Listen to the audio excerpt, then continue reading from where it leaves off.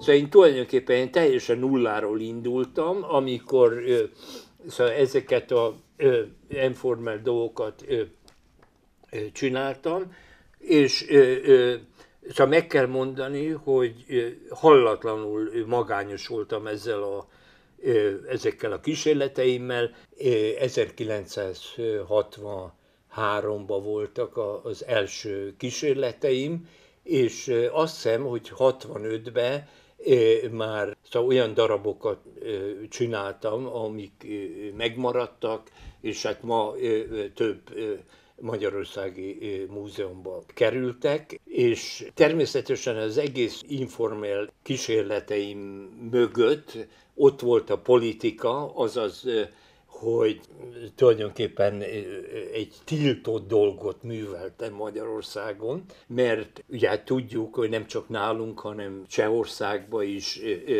szóval rendkívül el voltunk zárva az információtól, és szinte alig tudtunk valamit arról, hogy mi történik New Yorkba vagy Párizsba. Na most a másrészt meg én azt hiszem, hogy annyira a véremben volt az informel, hogy én egyszer úgy fogalmaztam, hogy az a művészet, amit én láttam körülöttem Magyarországon, ha az a művészet, akkor nekem nincs semmi esélyem. Érdekes, hogy nagyon sokáig Magyarországon engem, mint informel festőt ismertek, és főleg az idősebb generáció némileg kritikusan szemlélte a konceptuális munkáimat, és még a mai napig is van egy ilyen hangulat, meg ilyen nosztalgia, hogy vajon én miért hagytam abba az informel festészetet, és több összetevője volt természetesen. Először is már akkor nekem rendkívül fontos volt a kommunikáció, nem csak az országomon belül, hanem, ha így mondhatom, az egész világgal. És ezt akkor a Kádár diktatúrában elképzelhetetlen volt, hogy mi külföldön kiállítsunk, meg, és nekem az, hogy külföldön nem tudtam megszólalni, ez roppant zártságot sugalt, és ez volt az egyik oka, hogy abba hagytam. A másik meg az, hogy én akkor nagyon jól ismertem, hogy az amerikaiak milyen körülmények között dolgoztak. Tehát a New York-i informel festők, a Madeweld, a Jackson Pollock, szinte a műtermüknek a nagysága olyan volt, mint egy teniszpálya, és az informel idea az szükségeltette az óriási méretű képeket, és na most viszont nekem erre, miután annyira szegény voltam Budapesten, nem volt lehetőségem óriási méretű képek megfestésére. Egy kis felületen az expresszivitás hogy nem tudott annyira érvényesülni, mint ezek az óriási nagy vásznakok.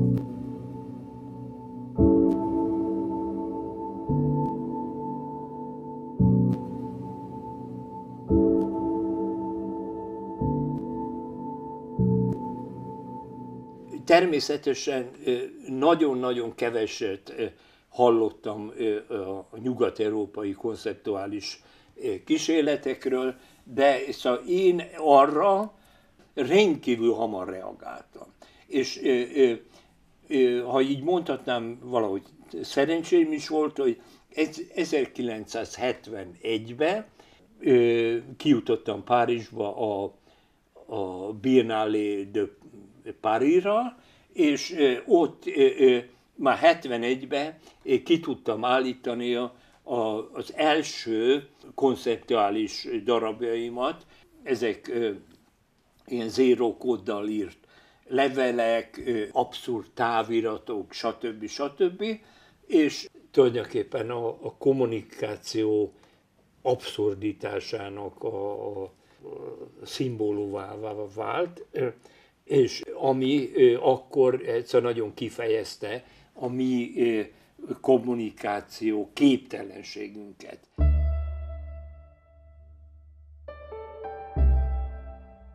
És ezzel egyből szóval volt egy olyan érzésem, hogy szóval kiszabadultam Magyarországról, és ezekkel a úgynevezett Mélárd darabokkal átugrottam a vasfüggönyt, és illetve szóval kikerültem a cenzúrát, és posta által küldtem ki Párizsba ezeket a darabokat, szóval egyből szabadnak éreztem magamat. Ezt nem tudtam volna megcsinálni a festészettel, mert ugye a festmények nagyobb méretűek voltak, egy festmény nem lehetett csak úgy a postán ide-oda küldözgetni, ugye? De viszont az ideákat, a Mélárd darabok, azok egy kis borítékba is elfértek.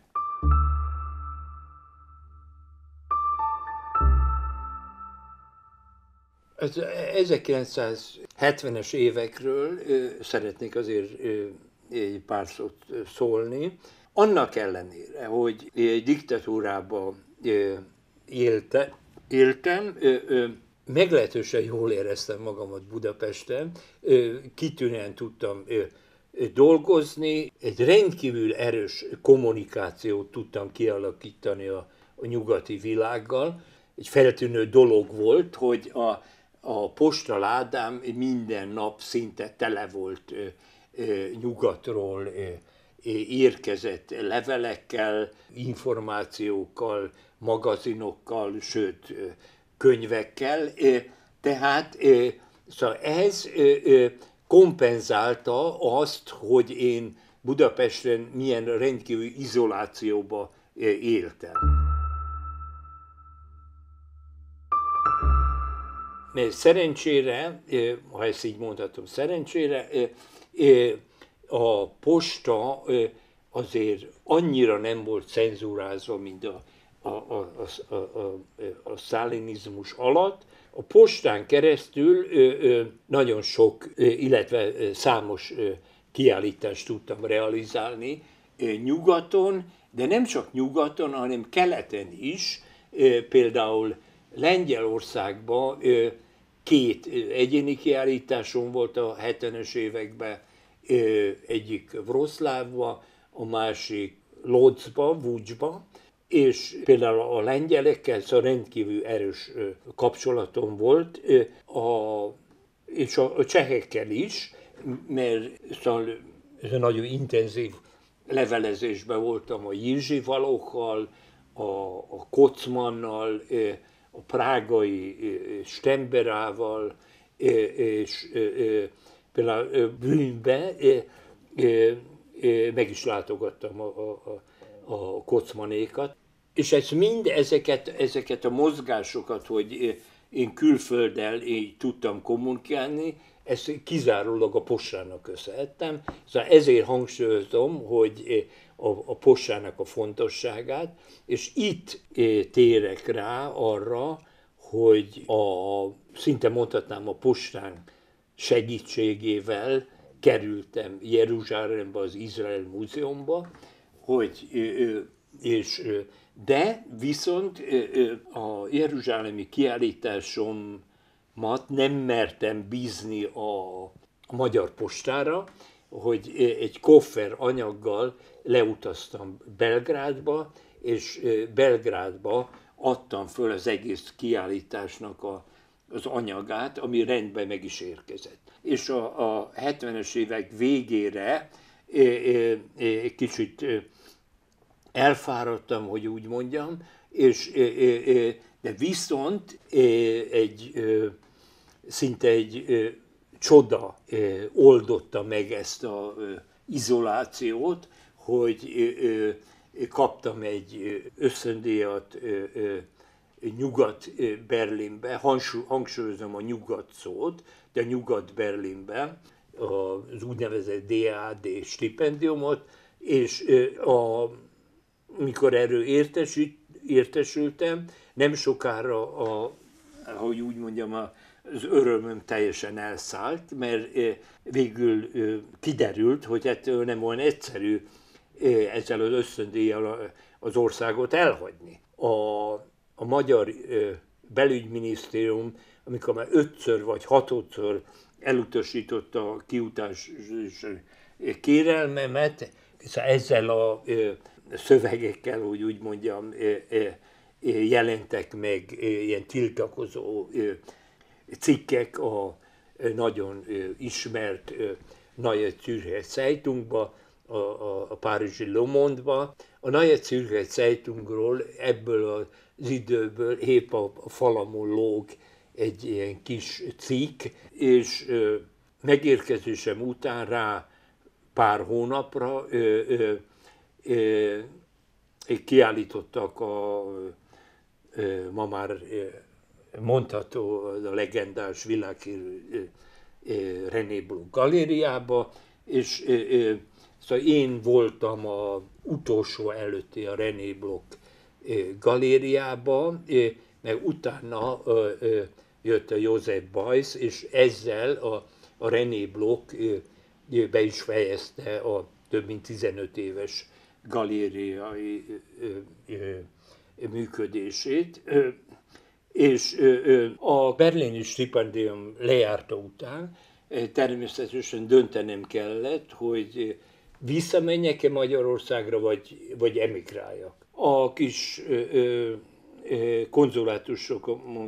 konzulátusunkat fölkerestem, és kértem egy további másfél évre a kintartóztatási engedélyemet, és nagy-nagy meglepetésre megkaptam, és kicsit úgy távol éreztem magam, hogy így mondjam, Európától, a távoli Berlinbe, és akkor a Köln mellett döntöttem, és akkor nagyon hamar átjöttem Berlin után Kölnbe, és hát amint látják, azóta is így élek, szóval.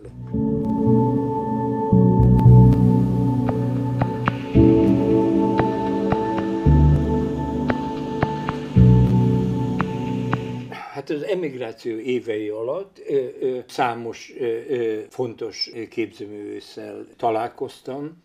Ez mai napig is meglepő számomra, hogy ezek a művészeknek a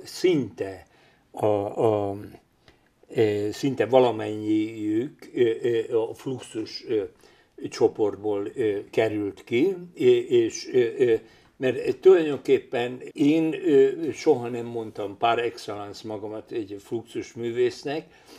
Én azt szoktam mondani, hogy én a Fluxusnak egy házasságon kívül született gyereke vagyok.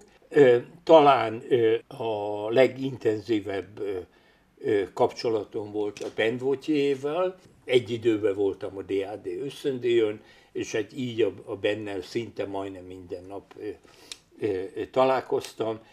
De nem csak a Benvautier, hanem sorolhatnám a német Wolf Hostelt, akkor Robert Filjút, Namjuk Pajkkal, René Bloch-nál találkoztam, akkor a Dick Higgins-el nagyon sűrűn leveleztem, végül aztán Berlinbe találkoztam, sőt, a Dick Higgins a halál előtt itt volt Kölnbe, szintén találkoztunk. Az elmúlt 4-5 évben úgynevezett flyer akciókat csináltam, hogy abszolút a flyeren nem volt semmi, teljesen üres lapokat osztogattam, és a többi flyer akció mondjuk így nézett ki, hogy az volt rányomtatva, hogy örülök, ha valamit adhatok nektek, akkor ilyen zéró kóddal írt szövegek voltak egy másik flyer lapon, tehát szóval mindenhol a kommunikációnak az abszurditását hangsúlyoztam ezekkel az akciókkal. Ezeket Berlinbe, Tallinnba és Budapesten csináltam ezeket az akciókat. Ezek voltak a legutolsó utcai akcióim.